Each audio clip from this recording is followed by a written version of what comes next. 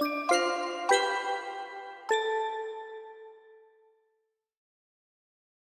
hello students, this is Parag Desle and you are watching Bodhnidhi. I welcome you all in this lecture series on engineering mechanics. In the previous lectures we have covered centroid. centroid का definition देखा, उसके बाद उसके ऊपर problems भी solve किए. सही है. आज के लेक्चर से हम मोमेंट ऑफ इनर्शिया के ऊपर काम करेंगे, जिसमें हम मोमेंट ऑफ इनर्शिया क्या होता है वो देखेंगे. Parallel axis theorem and perpendicular axis theorem, ये आज के लेक्चर का टॉपिक है. सही है. So let us start with the moment of inertia. अभी मोमेंट ऑफ इनर्शिया स्टार्ट करने से पहले मैं आपको एक सवाल पूछता हूँ कि अगर समझो एक रिवर है, जो मैंने अभी रिवर ड्रॉ किया है, अगर समझ रहे हैं आपको, एक कैनल है या रिवर है पानी का. अभी आपको उस साइड से इस साइड या इस साइड से उस साइड पे जाना है और आपके पास एक स्ट्रिप है, वुडन स्ट्रिप है लाइक दिस. ओके. अब आपके ऊपर चॉइस है कि इस वुडन स्ट्रिप के ऊपर इसको आप इधर रखेंगे और इसके ऊपर वॉक करके जाएंगे. तो आप कौन कौन से ओरिएंटेशन से इसको अरेंज कर सकते हैं और आप कौन सा चूज करेंगे. कौन कौन से ओरिएंटेशन, मतलब मेरा कहने का मतलब, ये अगर यहाँ पे ड्रॉ करता हूँ मैं, ये तो इस तरह से आप ये इस तरह से अरेंज कर सकते हो इसके ऊपर, या इस तरह से वर्टिकल अरेंज कर सकते हो इसके ऊपर. रख के दिखाता हूँ लाइक दिस. तो ये अब देखो क्या यहाँ पे क्या हो रहा है, मैंने दो ओरिएंटेशन से इसको अरेंज किया हुआ है. इधर आप इसको इस तरह से रख सकते हो या आप इसको वर्टिकली इस तरह से रख सकते हो. तो आप कौन सा चूज करोगे और कौन सा बेटर रहेगा, कौन सा स्ट्रांग रहेगा. आपका कॉमन सेंस भी आपको बता रहा होगा कि इन दोनों में से कौन सा स्ट्रांग रहेगा. सही है. अभी इसका रीज़न हमें समझना है. आपको आंसर, सबको आंसर पता है, ऑलमोस्ट सबको पता है कि इसमें कौन सा स्ट्रांग है, कौन सा ओरिएंटेशन से ये स्ट्रिप टूटेगा नहीं, ये आपको पता है. लेकिन इसका रीज़न क्या है, ये आज का लेक्चर खत्म होने के बाद इसके बारे में डिस्कस करूंगा, इसका आंसर भी दूंगा. टेक्निकली इसको बताऊंगा कि एक ऐसा क्यों हो रहा है.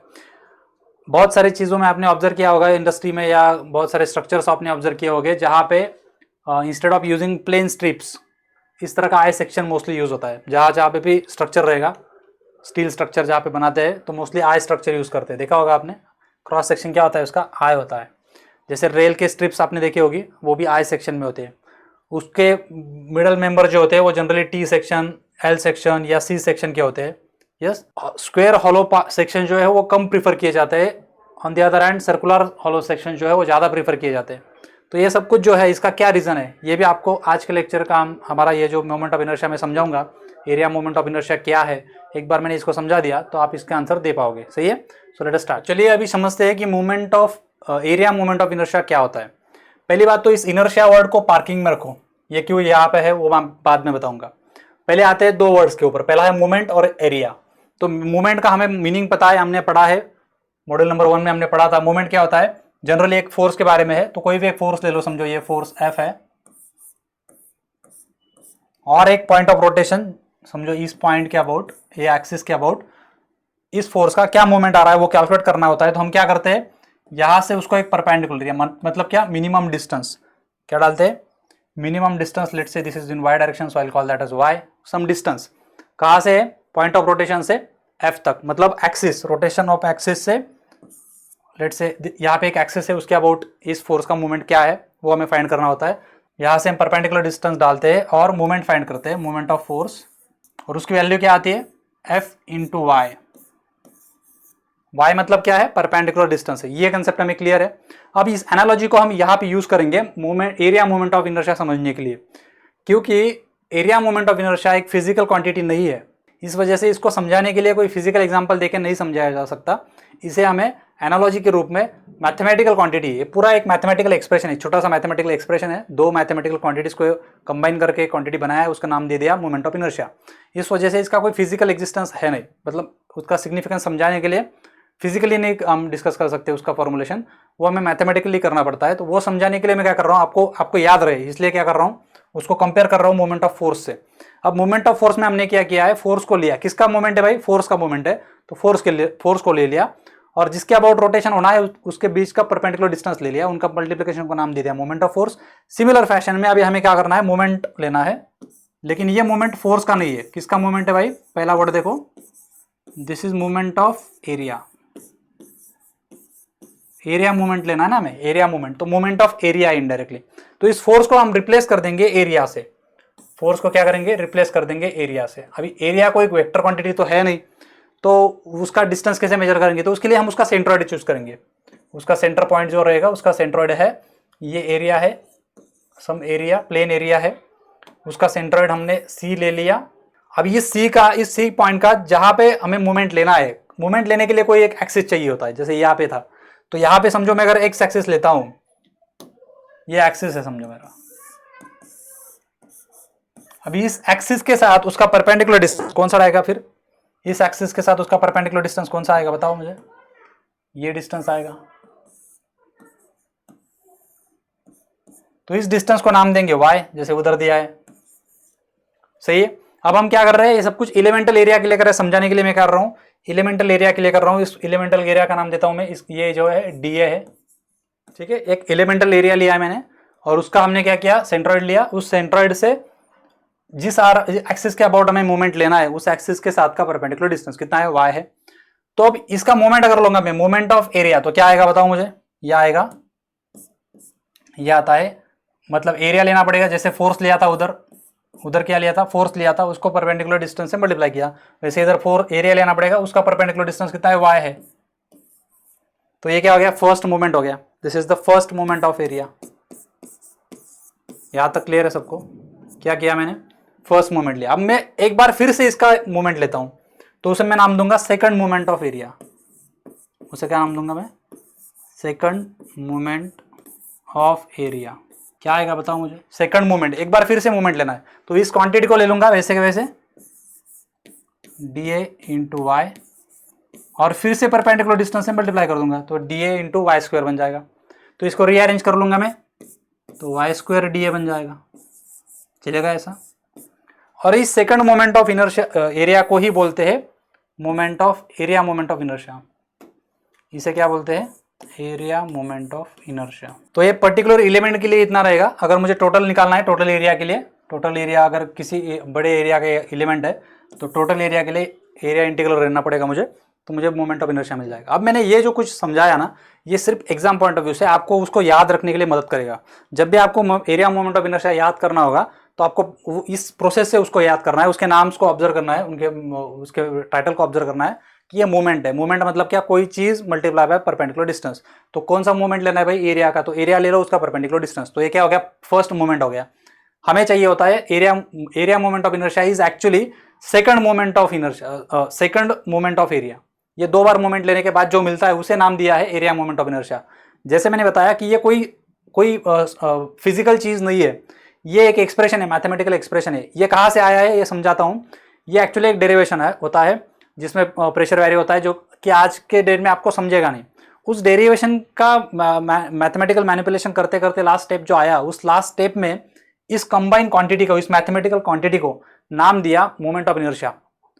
इसको एक नाम दिया मोमेंट। इसका सिग्निफिकेंस है, इसका मीनिंग है, इसका यूज करके हम कुछ चीजें समझते हैं। जैसे मैंने 2-3 सवाल पहले आपको लेक्चर शुरू होने से पहले पूछे थे, उनको जस्टिफाई किया जा सकता है, उनकी अंडरस्टैंडिंग, उसके बारे में डिसीजन लिया जा सकता है इस मैथमेटिकल क्वांटिटी को यूज करके। तो ये एक मैथमेटिकल एक्सप्रेशन हमारे डेरिवेशन में कहीं आया है, जिसने किसी ने इन्वेंट किया है, वहां पे डेरिवेशन में आया है, उसको उसने नाम दे दिया, क्या नाम दे दिया, एरिया मोमेंट ऑफ इनर्शिया। वो निकालते कैसे है, तो इस तरह से निकालते हैं। यहाँ तक क्लियर है। तो हमें याद रखना है हमेशा एरिया मोमेंट ऑफ इनर्शिया क्या रहेगा, y square into d a रहेगा।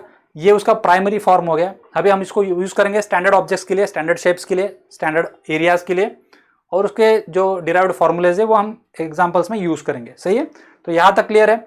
फिर मैं आगे अभी इसको मैं और एक इलेबरेट कर देता हूँ, पर्टिकुलरली इसको मैं डिफाइन करता हूँ ठीक से।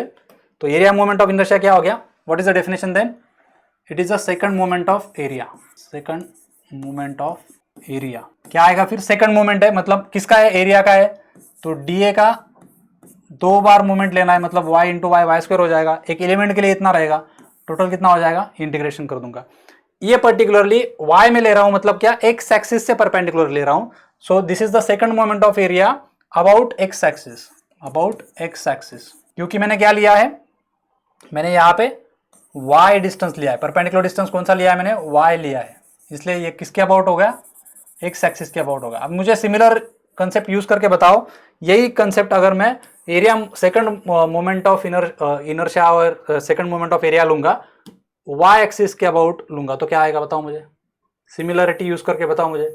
अगर मुझे y एक्सिस के अबाउट लेना है सेम चीज को, यहाँ पे x के अलावा मैं क्या करूंगा अभी, अबाउट y एक्सिस लेना है, तो उसका क्या करना पड़ेगा, एरिया का सेंट्रॉइड से x एक्सिस से perpendicular distance, sorry y axis से परपेंडिकुलर डिस्टेंस, तो वो x आएगा, उस क्वांटिटी को क्या नाम देंगे हम, एक्स नाम दे देंगे, उसको एक्स नाम दे देंगे। तो ये आई एक्स हो गया, एक्स स्क्वायर वाई हो गया। अभी ये एक्स एक्सिस के अबाउट है और मोमेंट ऑफ इनर्शिया या एरिया मोमेंट ऑफ इनर्शिया का सिंबल जो है मैथमेटिकल सिंबल वो हमेशा आई यूज किया जाता है, कैपिटल आई, इसलिए उसको आई नाम दे दिया। अबाउट किसके, अबाउट एक्स एक्सिस है तो इसको एक्स एक्स नाम दे दूंगा। सिमिलरली ये क्या नाम आएगा फिर, एरिया मोमेंट ऑफ इनर्शिया और moment of inertia about y y axis, तो उसमें क्या आएगा, परपेंडिकुलर डिस्टेंस एक्स के डायरेक्शन में आएगा। अभी इसे क्या नाम दिया हमने, moment of inertia, area moment of inertia. अब मैं बताता हूं इनर्शिया इसको क्यों बोला है।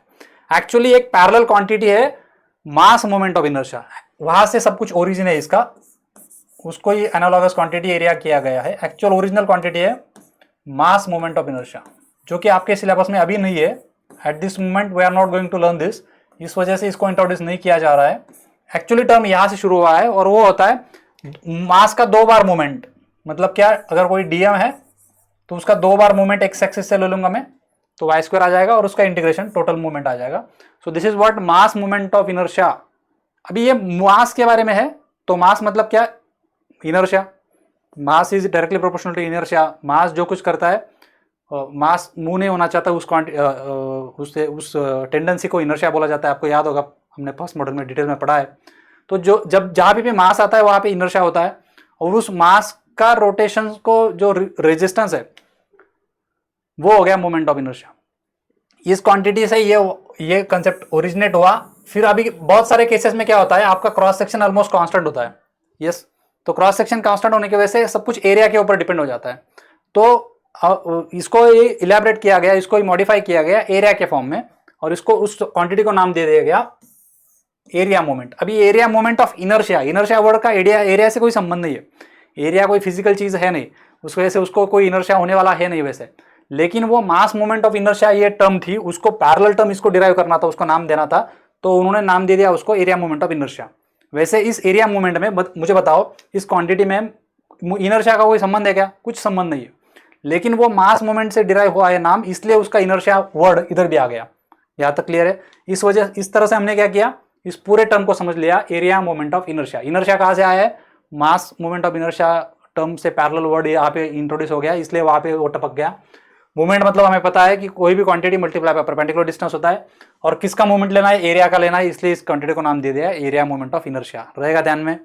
अब इसे यूज करना है। अभी एग्जाम में आपको क्या करते हैं, कोई भी प्रॉब्लम जब पूछते हैं तो उसकी शुरुआत जो होती है वो define area movement of inertia से किया जाता है। मतलब 8 मार्क्स का प्रॉब्लम है तो शुरू कैसे किया जाता है, define movement of inertia and solve this problem, ऐसा होता है 8 मार्क्स के लिए। उसमें 1 मार्क्स या 2 मार्क्स उस डेफिनेशन के लिए दी जाती है। तो वहां पे क्या लिखना है, क्या एक्सपेक्टेड है, तो ये लिखना है। यहाँ पे मैंने समराइज करके दिया है। अगर 2 या 4 मार्क्स के लिए नोट आता है तो ये पूरा लिखना पड़ेगा। अगर 1 मार्क्स के लिए डेफिनेशन आता है तो ये डेफिनेशन और एक फॉर्मूला, या आप चाहे तो डायग्राम निकाल सकते हो। डायग्राम में क्या है, देखो अब मैंने क्या किया है, एक बड़ा एरिया लिया है, उस बड़ा एरिया का एक एलिमेंटल एरिया लिया, डीए दिख रहा है। वो डीए का लोकेशन कहाँ पे है, सेंट्रॉइड से वाई डिस्टेंस पे है डीए, और ये डीए का लोकेशन वाई एक्सिस से एक्स डिस्टेंस पे रहेगा, एक्स एक्सिस से वाई डिस्टेंस पे रहेगा। क्लियर है सब। अब हम क्या करेंगे, इस डीए का मोमेंट लेंगे, डीए का क्या लेंगे, मोमेंट लेंगे, किसके अबाउट, एक्स एक्सिस के अबाउट लेंगे।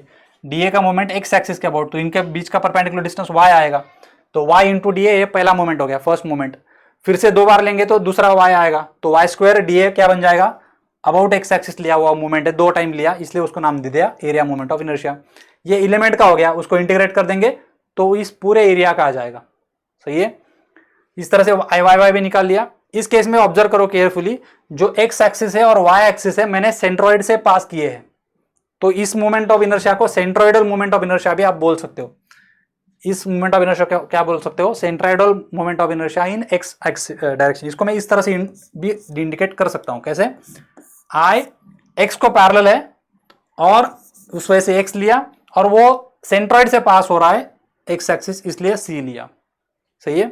इस तरह से इसको कैसे डिनोट कर सकता हूं मैं, मोमेंट ऑफ इनर्शिया है, किसको पैरेलल है, कौन से डायरेक्शन में है, वाई डायरेक्शन में लेना है, और वो वाई एक्सिस कहां से पास हो रहा है, सेंट्रॉइड से पास हो रहा है, इसलिए इसको नाम दे दूंगा आई Y C.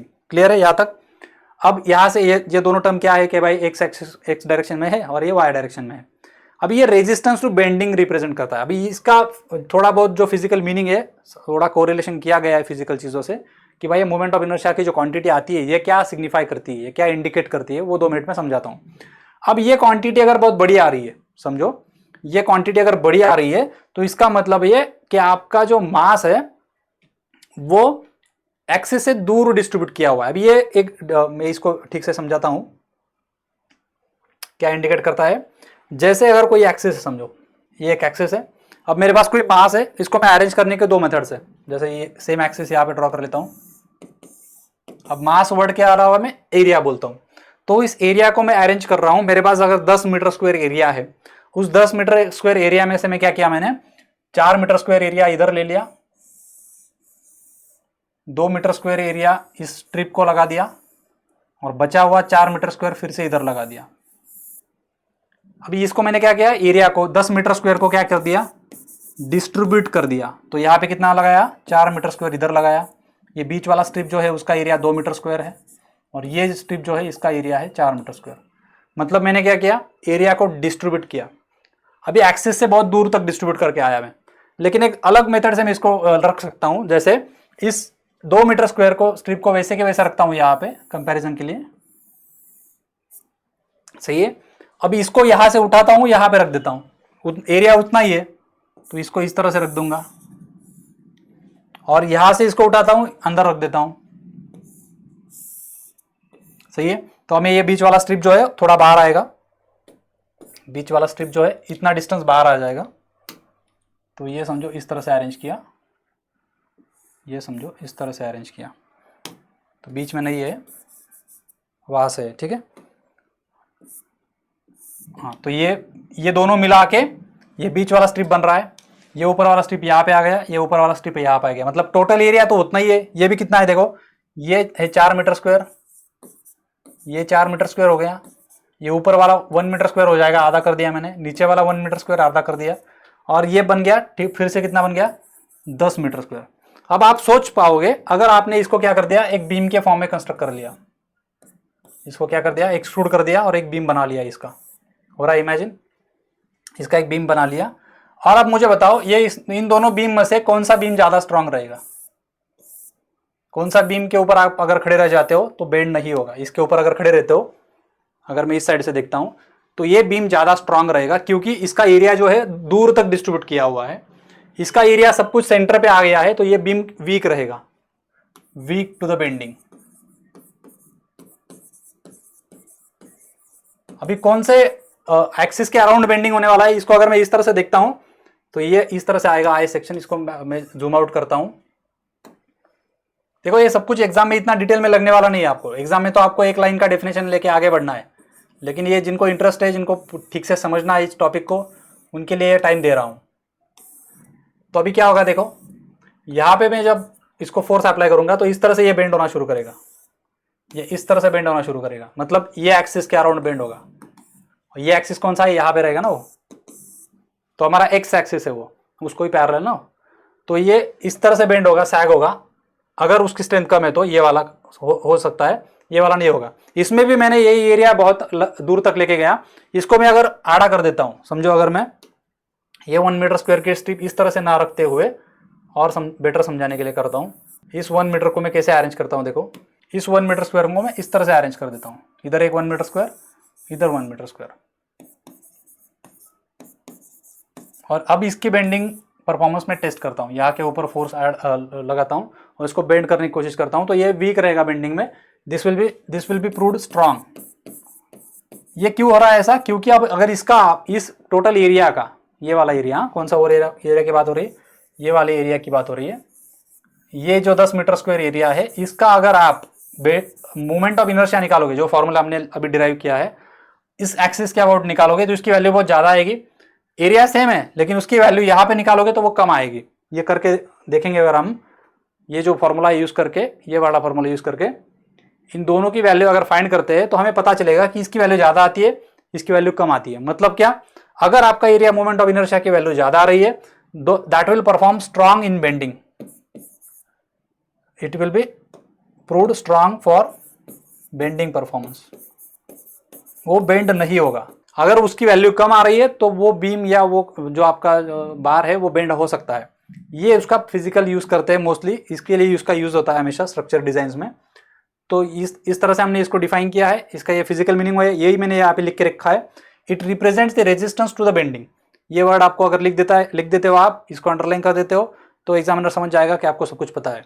It is use for the design of the beams and structures में इसका यूज किया जाता है। इसलिए हम एल सेक्शन या आई सेक्शन ज्यादा यूज करते हैं, क्योंकि आई सेक्शन में क्या हो जाता है, एक्सिस से दूर तक एरिया को डिस्ट्रीब्यूट किया गया है, उस वजह से ये क्वांटिटी ज़्यादा आती है। ये क्वांटिटी ज़्यादा आती है, इस वजह से हमने कंक्लूजन लगा दिया कि जब भी ये क्वांटिटी ज़्यादा आएगी आपका बीम जो रहेगा वो बेंड नहीं होगा, जब भी ये क्वांटिटी कम आएगी आपका बीम बेंड हो सकता है। इतना ही उसका मीनिंग है। क्लियर है? फॉर्मूला कैसे याद रखना है मैंने समझा दिया। फॉर्मूला के लिए क्या करना है, हमेशा एरिया मोमेंट ऑफ इनर्शिया है तो एरिया का 2 बार मोमेंट लेना है, तो 2 बार वाई आएगा, वाई स्क्वायर। इसका यूनिट हमेशा मीटर/4 आएगा, सेंटीमीटर/4, mm/4 या मीटर/4। देखो यहाँ पे क्यों ऐसा आ रहा है, एरिया का यूनिट होता है मीटर स्क्वायर और वाई का यूनिट होता है वाई स्क्वायर का यूनिट, फिर से मीटर स्क्वायर, दोनों मिला के क्या बनेगा, मीटर/4 बन जाएगा।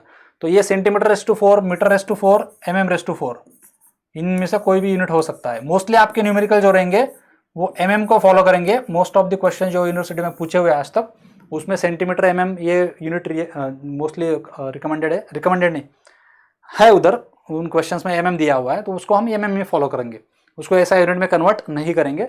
mm की वैल्यू लेंगे, पूरा आंसर कैलकुलेट करेंगे और फाइनल आंसर को यूनिट में mm/4 ही दे देंगे। सेंटीमीटर रहेगा तो सेंटीमीटर/4 दे देंगे। सही है?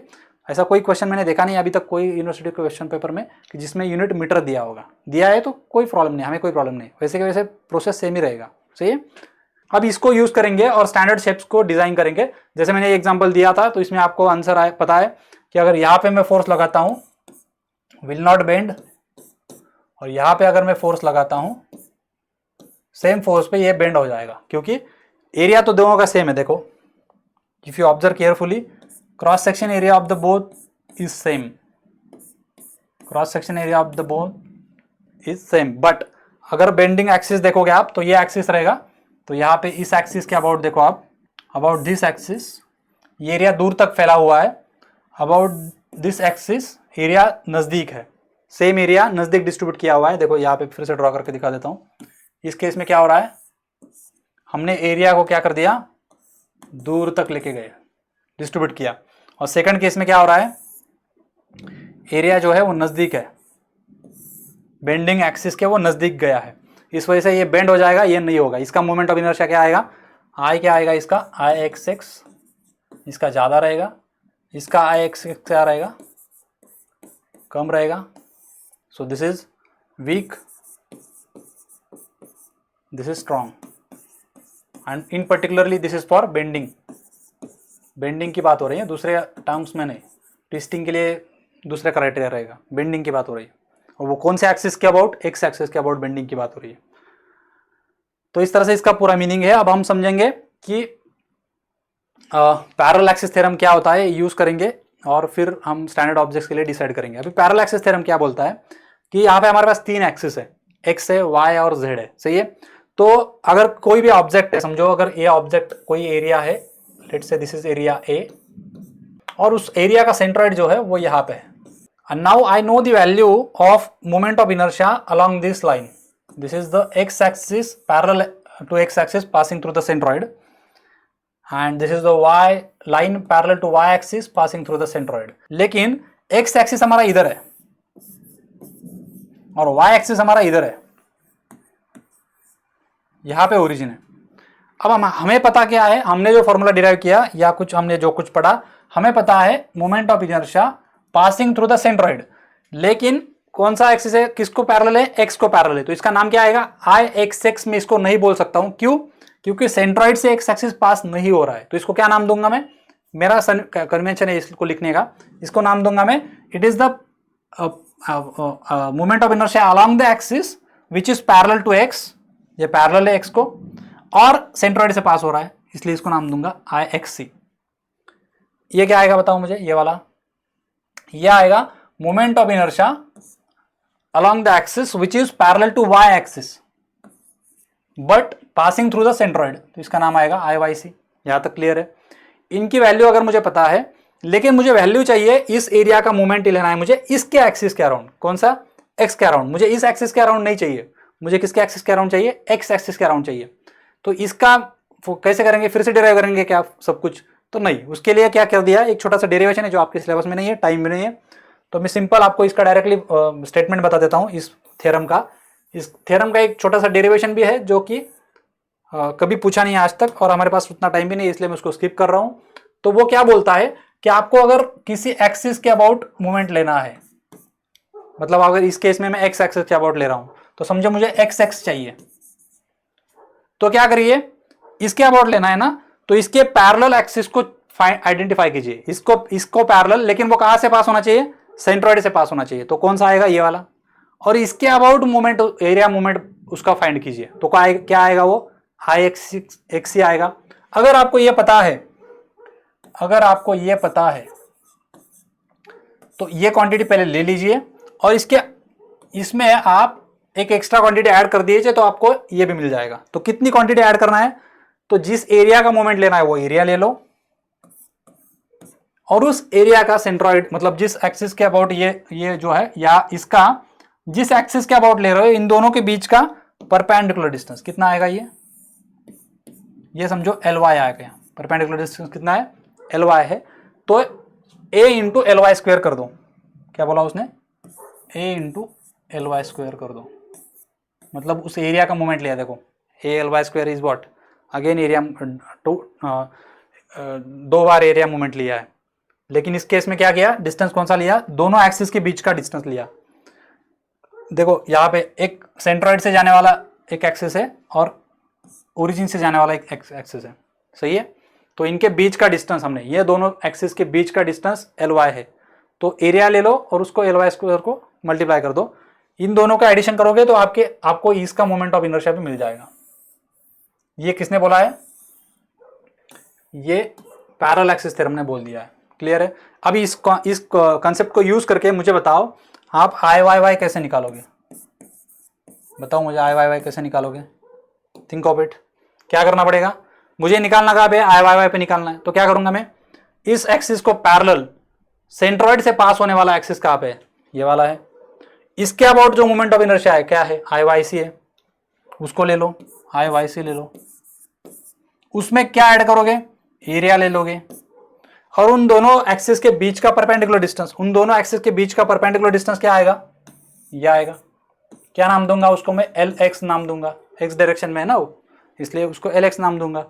तो a into l x square, ये क्वांटिटी उसमें ऐड कर दूंगा, तो मुझे ए वाला मिल जाएगा। So using the parallel axis theorem we can find out any moment of inertia at any axis. जैसे फिर से एक बार प्रैक्टिस करवा के देता हूँ, समझो मेरे पास ये एक्सिस है सेंट्रॉइड, और मुझे इसके अबाउट मोमेंट ऑफ इनर्शिया चाहिए, तो क्या करना पड़ेगा, मैं इसका सेंट्रॉइडल मोमेंट ऑफ इनर्शिया पहले फाइंड करूंगा, आई सी, और उसके भी इस आई सी के साथ क्या मिला दूंगा, एरिया ले लूंगा, और उनके बीच का जो परपेंडिकुलर डिस्टेंस है वो एल ले लूंगा, ए एल स्क्वायर, इसको ऐड कर दूंगा, तो मुझे ये क्वांटिटी जो मिल जाएगा, ये मुझे ये वाला जो हमारा नया है न्यू, ये क्वांटिटी मिल जाएगा। तो कोई भी एक्सिस के अबाउट मुझे मूवमेंट लेना है, तो उसको पैरेलल सेंट्रोइडल एक्सिस पहले फाइंड करो, उसके अबाउट का मोमेंट ऑफ इनर्शिया पहले फाइंड करो, और उसके अंदर एल स्क्वायर इतनी क्वांटिटी ऐड कर दो। एल स्क्वायर कहाँ से आएगा, उन दो एक्सिस के बीच का परपेंडिकुलर डिस्टेंस। ये कंसेप्ट यूज करके हम किसी भी रैंडम एक्सिस के अबाउट भी मोमेंट ऑफ इनर्शिया ऑब्जेक्ट का फाइंड कर सकते हैं, प्रोवाइडेड सेंट्रोइडल एक्सिस का मोमेंट ऑफ इनर्शिया हमें पता होना चाहिए। ये हो गया पैरेलल एक्सिस थ्योरम। अभी इसमें क्या है, ये किसके लिए एप्लीकेबल है, एक ही प्लेन में जो एक्सिस होते हैं उनके लिए एप्लीकेबल है। अब तीसरा भी एक्सिस है जिसको नाम दिया जेड एक्सिस, जैसे हमें पता है यहाँ पे एक जेड एक्सिस भी है। अब कोई पूछेगा कि अगर मुझे आई एक्स एक्स पता है, समझो अब मैंने आई एक्स एक्स निकाल लिया, आई वाई वाई निकाल लिया, अब कोई पूछेगा कि भाई इस एरिया का उसको जो परपेंडिकुलर एक्सिस है ये वाला यहाँ पे है ना, ये जेड एक्सिस, इस जेड एक्सिस के अबाउट अगर मुझे मोमेंट निकालना है तो क्या करना पड़ेगा, वो थ्योरम है परपेंडिकुलर एक्सिस थ्योरम। बहुत ही आसान है, एग्जाम पॉइंट ऑफ व्यू से बहुत सब कुछ आसान है बहुत, इसमें यहाँ पे एक्सप्लेन कर देता हूँ मैं। हाँ, ये चीज़ जो है मैंने यहाँ पे लिख के दी है, ये जो स्लाइड था ये वाला यहाँ पे लिख के भी दिया है, स्टेटमेंट लिख के दिया है, एग्जाम में क्या लिखना है पढ़ के बताता हूँ। Parallel axis theorem states that the moment of inertia of the plane area, moment of inertia of the plane area with respect to any reference axis. मतलब क्या बोला मैंने, ये रेफरेंस एक्सिस है, सेंट्रोइडल नहीं, कोई भी reference axis, in its plane is equal to the sum of, ये इज इक्वल टू क्या, इज इक्वल टू यहां तक आया हम, आगे क्या बोल रहा है देखो, sum of moment of inertia with respect to centroidal axis का मोमेंट ऑफ इनर्शिया ले लो, सम करो किसके साथ, with the product of sum of with the product of area and the square of the distance, ये हमें करना है। इसको देख देख के आप ये स्टेटमेंट बिल्ड कर सकते हो, आपकी लैंग्वेज में बिल्ड करो, कोई प्रॉब्लम नहीं, ऐसा ही लिखना चाहिए, ऐसे कोई जरूरत नहीं है। एग्जामिनर ने आपने ये स्टेटमेंट देख लिया, मैथमेटिकल स्टेटमेंट, और आपने 2 लाइन लिख रखा है तो ज़्यादा पड़ेगा नहीं, डायग्राम अगर प्रॉपर ड्रॉ करके रखा है, परपेंडिकुलर डिस्टेंस दिखा दिया है तो ज़्यादा पड़ता नहीं है, आपकी लैंग्वेज में आप इसको लिख सकते हो, रटने की जरूरत नहीं है। इस तरह से 2 मार्क्स के लिए आता है, ठीक है। फिर आएगा परपेंडिकुलर एक्सिस थ्योरम, जैसे मैंने बताया कि परपेंडिकुलर एक्सिस थ्योरम में क्या है, किसी एरिया का मेरे पास एक्स एक्सिस के अबाउट मोमेंट ऑफ इनर्शिया है, मेरे पास इसकी वैल्यू भी अवेलेबल है, सही है। अब मुझे फाइंड करना है जेड एक्सिस के अबाउट, आई जेड की वैल्यू क्या रहेगी, ये मुझे फाइंड करना है।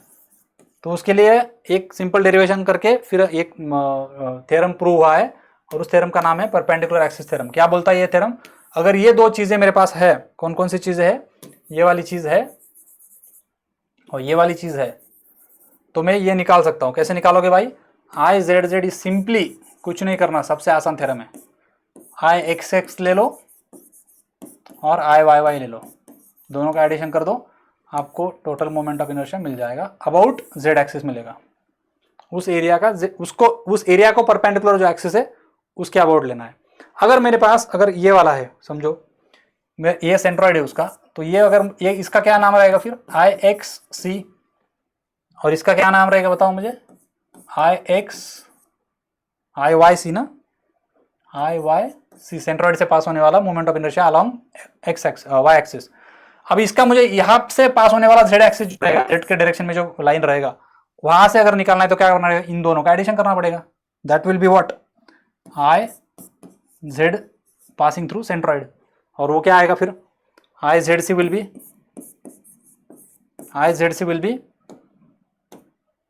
आई X C plus I Y C, इस तरह से हम निकाल सकते हैं। क्लियर है सबको क्या किया मैंने। अभी यहाँ तक हमारा आज का टॉपिक था। नेक्स्ट लेक्चर में ये मैंने यहाँ पे लिख के रखा है, परपेंडिकुलर एक्सिस थ्योरम क्या होता है, तो ये स्टेटमेंट लिखना है, वही मैंने जो पढ़ाया वही लिख के दिया, आप ठीक से पढ़ो समझ जाओगे। और इस तरह से हमने आज का सेशन कंप्लीट कर लिया है। नेक्स्ट सेशन में हम क्या करेंगे, जो कुछ स्टैंडर्ड ऑब्जेक्ट्स है, स्टैंडर्ड शेप्स है, जैसे रेक्टेंगल हो गया, ट्रायंगल हो गया, सर्कल हो गया, इन 3 शेप्स का मोमेंट ऑफ इनर्शिया क्या आता है वो हमें डिराइव करना है और उसके फॉर्मुलेशन बिल्ड करने हैं, और फिर नेक्स्ट लेक्चर उसके बाद हम प्रॉब्लम्स को स्टार्ट करेंगे। सही है, see you in the next lecture, take care, good day, bye bye.